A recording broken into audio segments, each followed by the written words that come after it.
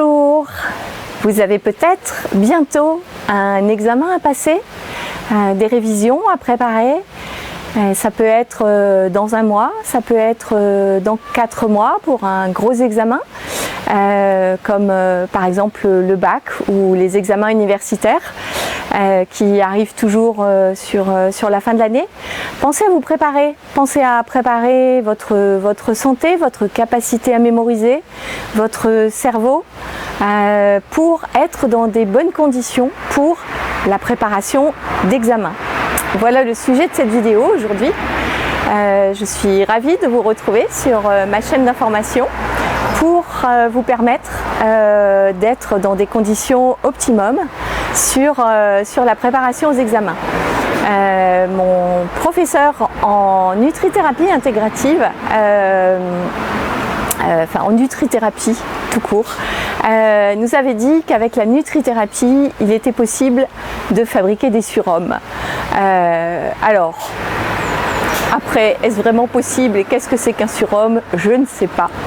Mais par contre, il est prouvé que quand nous avons des conditions particulières pour nous permettre de mener nos études à bien, nos révisions d'examen et passer nos examens dans des bonnes conditions, sans stress, il est prouvé que le taux de réussite est bien meilleur.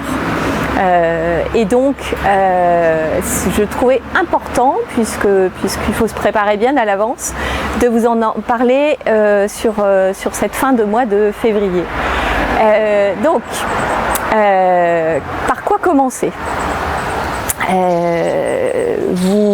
Vous dites tic-tac, tic-tac, l'examen approche, il faut que j'attaque mes révisions, vous faites un planning et là vous vous apercevez que vous êtes à 3 mois des examens, 1 mois des examens et que c'est pas forcément facile de vous concentrer, qu'il n'y a pas encore entre guillemets l'urgence et la prise de conscience que peut-être c'est bien de commencer à emmagasiner les informations pour être prêt à temps. Et donc vous pouvez avoir l'esprit qui navigue un petit peu, vous avez envie de profiter du début du printemps, vous êtes fatigué et c'est très difficile de commencer à réviser quand vous êtes sur une période de fatigue. Vous vous demandez comment vous allez vous organiser et là c'est l'angoisse qui vient. Donc toutes ces choses-là en fait sont des choses que vous pouvez améliorer et vous pouvez vous adapter beaucoup mieux à ce changement de passage en période de révision en prenant soin de vous. Alors la première chose dont je vais vous parler, c'est votre alimentation bien sûr. Votre alimentation qui est très importante parce que si vous mangez mal, si vous mangez vite, que vous ne mangez pas des bons aliments, vous allez avoir une digestion lourde et un mauvais apport de nutriments et votre cerveau déjà va vous dire qu'il a faim, qu'il n'a pas été nourri comme il faut. Donc pour la révision et la mémorisation et l'acquisition de stratégies, d'une capacité à réfléchir, c'est pas des bonnes conditions. Ensuite, si vous avez une digestion lourde, elle va utiliser toute votre énergie et il ne va rien vous rester pour travailler. Si en plus vous avez une activité professionnelle plus une activité de révision à côté, une grande organisation et donc une adaptabilité supérieure va être importante. Faites attention aussi à votre sommeil. Si vous ne mangez pas les bons éléments le matin pour démarrer et que vous avez des dîners trop lourds, vous allez avoir du mal à dormir. Pendant la phase de sommeil, vous allez aussi mémoriser. Donc c'est un petit peu embêtant si vous ne vous endormez pas comme il faut et que vous n'avez pas une qualité de sommeil supérieure. Vous allez forcément perdre de la capacité. Donc faites attention à ce que vous mangez. Dans les aliments importants, mangez des œufs le matin qui apportent de la choline, qui vont vous permettre de fabriquer un neurotransmetteur qui s'appelle l'acétylcholine par exemple, qui est considéré comme le neurotransmetteur de la mémorisation. c'est quand même un élément important. Donc pendant votre période de révision, vous pouvez manger un œuf le matin, tous les matins au petit déjeuner, voire même 2 si vous avez en plus une activité physique dans la journée, pour ne pas manquer de protéines animales déjà, mettre du pétrole dans le moteur le matin, et puis avoir cette choline en quantité suffisante pour fabriquer ce neurotransmetteur de la mémorisation. Ensuite, la base de l'énergie, je vous l'ai déjà dit dans des vidéos précédentes qui parlaient du magnésium, de la dépression. Je vous ai souvent parlé du magnésium jusqu'à maintenant.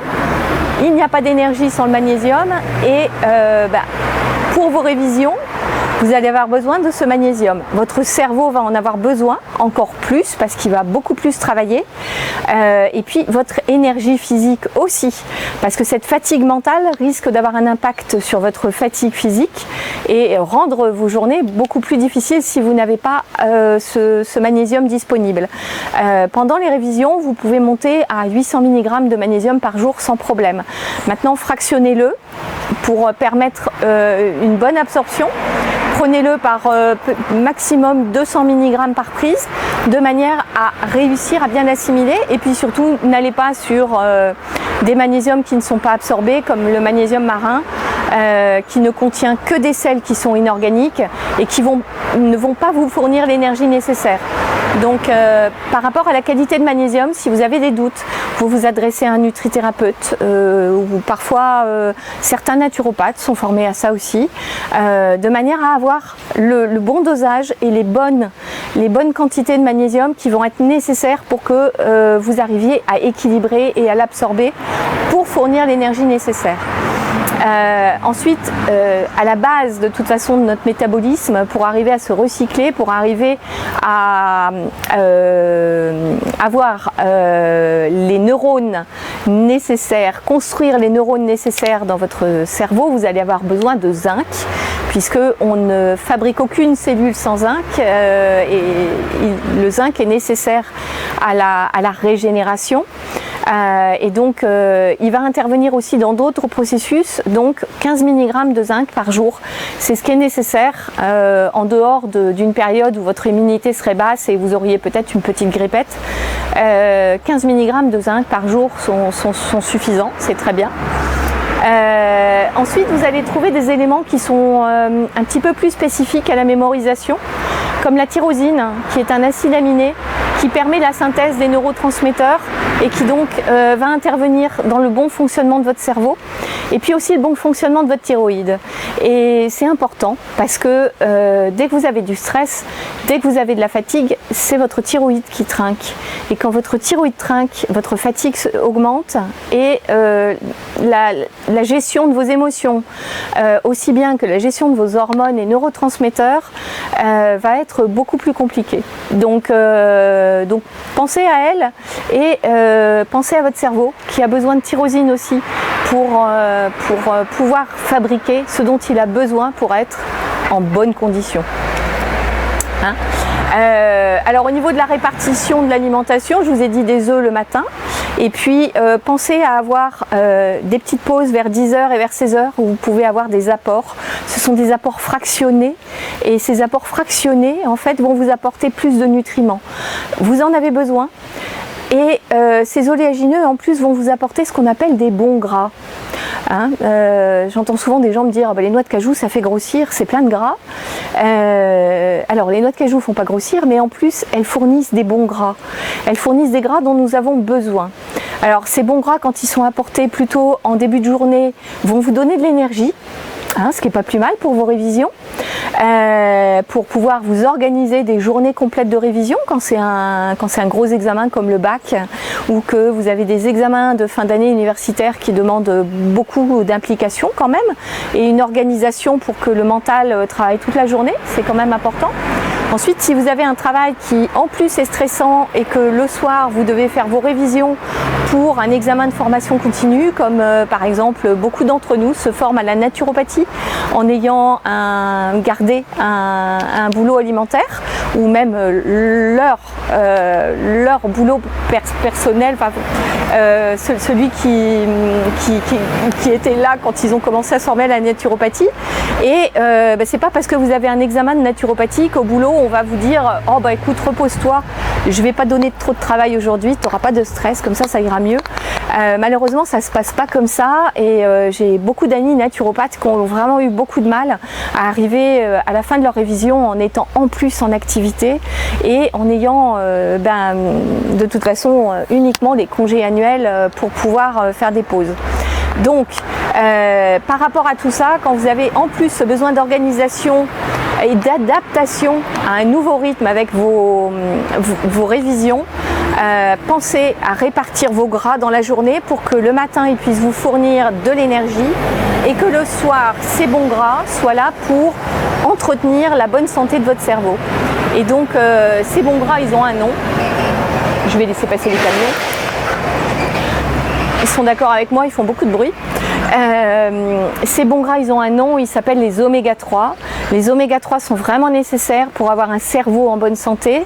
On le sait, un bébé qui ne peut pas prendre le lait maternel va partir sur un lait transformé qui ne contiendra que très peu d'oméga 3 et de mauvaise qualité.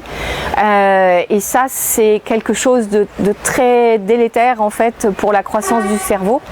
Il est bien préférable que l'enfant, pour sa bonne croissance, son bon développement mental et cérébral, puisse avoir des oméga 3 dans le lait de sa maman. Mais de la même manière, nous, à l'âge où on décide de faire des révisions, que ce soit à 20 ans ou que ce soit à 50 ans, si vous voulez réussir vos examens, il faut quand même que vous ayez une alimentation dans laquelle il y a suffisamment d'oméga 3, qu'ils soient bien absorbés, ces oméga 3, et bien transformés. Donc pour que tout ça puisse avoir lieu, il faut aussi avoir des vitamines B. La vitamine B1 par exemple, c'est la vitamine du sportif. Faire travailler un cerveau, c'est aussi sportif que d'aller faire un jogging. Et donc pensez que nous avons besoin de nourrir notre tête.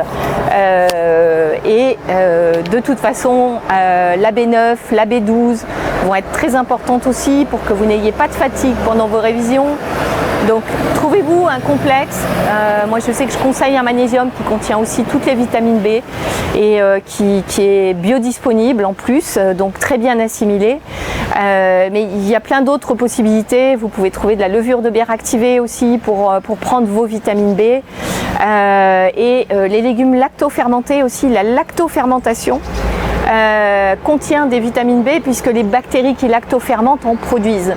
Voilà, donc tout ça c'est un équilibre en fait, un équilibre alimentaire qui va vous permettre de maintenir votre cerveau dans des bonnes conditions de travail. Alors, il n'y a pas que l'équilibre alimentaire, bien évidemment. Si vous avez décidé de vous blinder l'emploi du temps et de vous dire que vous ne bougez pas de votre chaise et que jusqu'à l'examen, de toute façon, vous sortez du boulot, vous arrivez à la maison, vous vous posez et vous bossez 5 heures, vous dormez très peu parce que vous considérez que vous n'avez pas le temps de dormir suffisamment, ça va pas bien passer. Il y a un moment ou un autre où soit vous allez vous effondrer avant les examens, soit vous allez être dans un état de fatigue le jour de l'examen qui fera que vous risquerez de perdre vos moyens parce que vous n'arriverez plus à gérer le stress, parce qu'il y a quand même une petite anxiété tant qu'on n'a pas vu les questions, tant qu'on ne sait pas si on peut y répondre. Il y a quand même une anxiété qui se met en place. Le stress mange notre énergie, il mange notre magnésium, donc c'est pas bon côté adaptabilité. Et puis à côté de ça, je sais qu'autour de moi, j'ai des personnes actuellement qui travaillent sur des examens à préparer. En l'occurrence, une amie qui prépare des examens à intervalles très réguliers, sur un rythme très soutenu. Elle travaille toujours à 35 heures à côté ses études sont quasiment sur un plein temps et elle est actuellement dans un état très fatigué et je lui ai dit que son cerveau n'allait pas résister à rester tout le temps assis, à se concentrer sur les cours et qu'elle gagnerait à prendre une demi-heure au moins par jour pour aller s'oxygéner dehors, s'oxygéner. L'oxygène va aller nourrir votre cerveau, il en a besoin, hein, il en a besoin comme le reste du corps. Si vous n'avez plus d'oxygénation à l'extérieur, si vous n'avez plus d'activité physique et si vous n'avez pas non plus une activité de votre cerveau qui soit peut-être mentale, mais qui soit sur un processus différent et qui implique d'autres modes de travail de votre cerveau qui soit uniquement sur la mémorisation ou la compréhension, si vous ne le faites pas, votre cerveau, sur un mois de révision, va finir par vous dire que non, c'est pas possible, il va péter un câble, hein, comme on dit. Donc moi j'étais quand même toujours assez étonnée quand j'étais beaucoup plus jeune à la fac. Je m'étais aperçue que des personnes autour de moi déclaraient des maladies psychiatriques, enfin des profils psychiatriques, et que ces personnes-là entraient dans des usines un petit peu des usines à bac.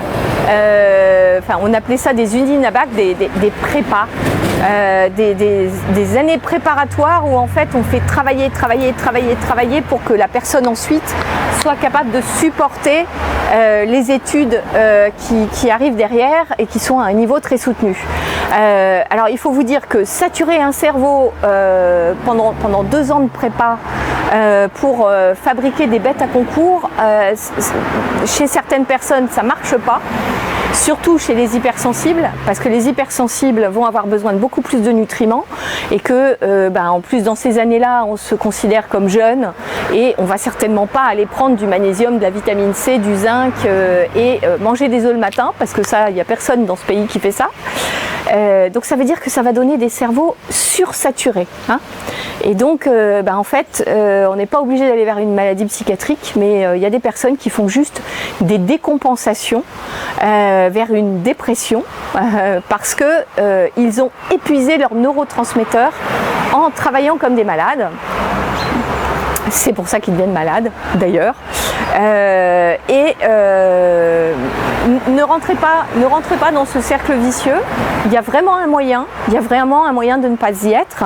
Et puis surtout, à partir du moment où vous arrivez dans cet état de fatigue mentale, même avant la dépression, avant la décompensation, le problème c'est que vous n'avez plus aucune adaptabilité. Et donc ça, de toute façon, il y a un moment, ça casse. Et ça passe rarement. Donc pensez à faire tout ce qu'il faut, à mettre en place tout ce qu'il faut au niveau de votre hygiène de vie, hein, vos repas à heure fixe, vous vous levez toutes les 20 minutes pour que votre corps change de position. Alors si c'est compliqué parce que ce que vous avez à travailler, vous avez vraiment besoin d'être par exemple sur l'ordi à lire des documents, imprimez-les, trouvez des audios pour pouvoir être aussi en mouvement, en écoutant vos cours, si c'est possible. Ouais, c'est possible. Il existe des petits outils sur internet qui vont vous faire des audios à partir d'un texte. Ça peut être une solution, même si c'est jamais parfait. Mais essayez de toute façon de vous lever toutes les 20 minutes pour avoir une activité physique qui va réoxygéner et renvoyer tout le mouvement dans le corps. Et en fait, cette activité physique et cette rupture du rythme de vos révisions va permettre aussi que votre corps soit plus adaptable et que votre cerveau soit plus disponible. Vous arriverez mieux à vous concentrer aussi que si vous luttez pendant 4 heures sans bouger. Ça, c'est pas bon. Je dirais que pour moi, ça me renvoie à quelqu'un qui prend tout son magnésium le matin, c'est 800 mg. Ça sert absolument à rien parce que si vous ne fractionnez pas, vous n'absorberez pas tout.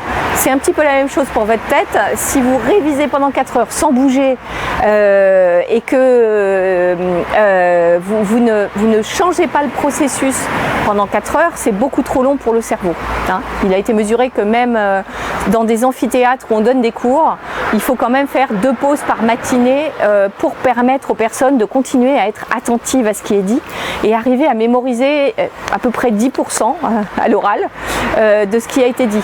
Donc c'est vraiment important de bouger. Ensuite, je ne vais pas vous dire toutes les 20 minutes de vider un verre d'eau parce que sinon vous allez en plus avoir besoin d'uriner, ce qui va compliquer votre concentration.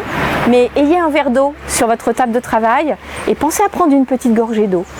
Une petite gorgée d'eau pour l'hydratation. Et pendant vos repas aussi, pensez à avoir la quantité d'eau nécessaire parce que si vous vous déshydratez, en plus en ce moment on est en hiver, les personnes qui révisent en ce moment, elles bougent pas, elles boivent pas. Donc le problème c'est que vous ne vous en rendez pas compte. Vous ne vous en rendez pas compte parce qu'il n'y aura pas de symptômes au début, mais vous allez installer un stress dans votre corps entre le manque de mouvement et puis la déshydratation. Vous allez installer un stress qui va petit à petit s'exprimer, mais commencer par des troubles digestifs. Vous allez ralentir votre digestion, vous allez finir avec une peut-être constipation même, et avoir vraiment des lourdeurs quand vous mangez. Alors, si vous avez 4 mois de révision à mettre en place pour le baccalauréat à la fin de l'année, ça va être un petit peu compliqué de passer les 4 mois sans qu'il y ait quelque chose à faire là, vraiment. Donc, commencez vos révisions en ayant une bonne hygiène de vie. En ayant déjà pris des bonnes habitudes alimentaires, en ayant commandé vos compléments alimentaires, votre magnésium, vos oméga 3 et puis votre zinc et vos vitamines B. Et organisez-vous déjà au niveau alimentaire pour ne pas courir après la boîte à œufs le matin. De vous dire zut, ce matin je n'ai plus mes œufs, comment je fais. Donc commencez à prendre quelques habitudes à l'avance. C'est pour ça que préparer ces révisions 4 mois à l'avance, c'est plutôt bien. Vous pouvez déjà commencer à remonter vos carences, à avoir vos habitudes alimentaires de manière à ce que quand vous arrivez dans la dernière ligne droite, le dernier mois de révision, vous allez avoir toutes les choses en place et vos habitudes qui vont vous retirer du stress. Voilà, donc cette première vidéo était pour vous parler de la préparation des examens en fonction de l'alimentation et des compléments alimentaires. Et puis je vais vous faire une seconde vidéo pour vous aider à accompagner vos émotions pendant les révisions avec les huiles essentielles en olfactif. Voilà, prenez le temps déjà de digérer cette première vidéo qui vous donne beaucoup d'informations et puis je vais vous donner à côté un petit peu plus d'informations pour vous permettre de bien gérer votre émotionnel, de bien gérer votre stress pendant votre temps de révision. Voilà. Et bien écoutez, j'espère que je pourrai participer à la réussite à vos examens, vous ayant apporté des conseils. Moi j'ai suivi ces conseils pour passer mes examens et ça s'est vraiment bien passé. Je me suis aperçue que c'était beaucoup plus agréable de réviser en étant dans des bonnes conditions et en ayant préparé mes petits protocoles alimentaires. Voilà. Écoutez, je vous souhaite beaucoup de réussite pour le passage de vos examens. À bientôt pour une prochaine vidéo sur ma chaîne.